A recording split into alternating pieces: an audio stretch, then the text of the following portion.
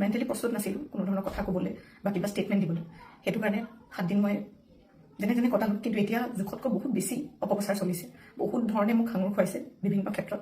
ন্যায়ালয়ে মোক দোষী কৰাৰ আগতেই নিউজ মিডিয়াই মোক দোষী কৰি মোক এতিয়ালৈকে ফাঁচি দিছে। মোক অলৰেডি মই দোষী বুলি কথা কৈছে আৰু বহুত ধৰণৰ নিউজ, বিভিন্ন ধৰণৰ নিউজ য'ত মোৰ কেছটোৱে ট্ৰেডিঙৰ ওপৰত আছিলে, কিন্তু এতিয়া কেছটো অকল মোৰ ওপৰত হৈ গ'ল।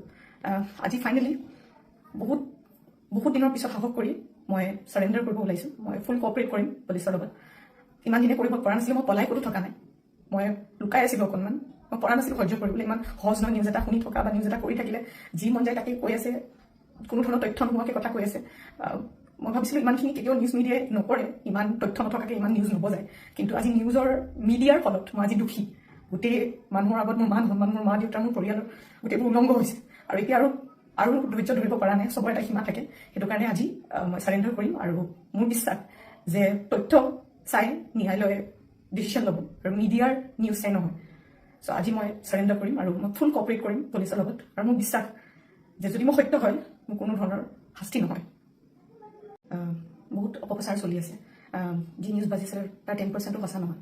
আৰু মই ইমান দিনে একো মাত মাতিব পৰা নাই, কাৰণ ইমান হেৰেচমেণ্ট, ইমান মেণ্টেল হেৰেচমেণ্ট, যোনটো কেতিয়াও মই ভাবাই নাছিলোঁ হ'ব বুলি, সেইখিনি মই পাৰ কৰিব লগা হৈছে। মেণ্টেলি প্ৰস্তুত নাছিলোঁ কোনো ধৰণৰ কথা ক'বলৈ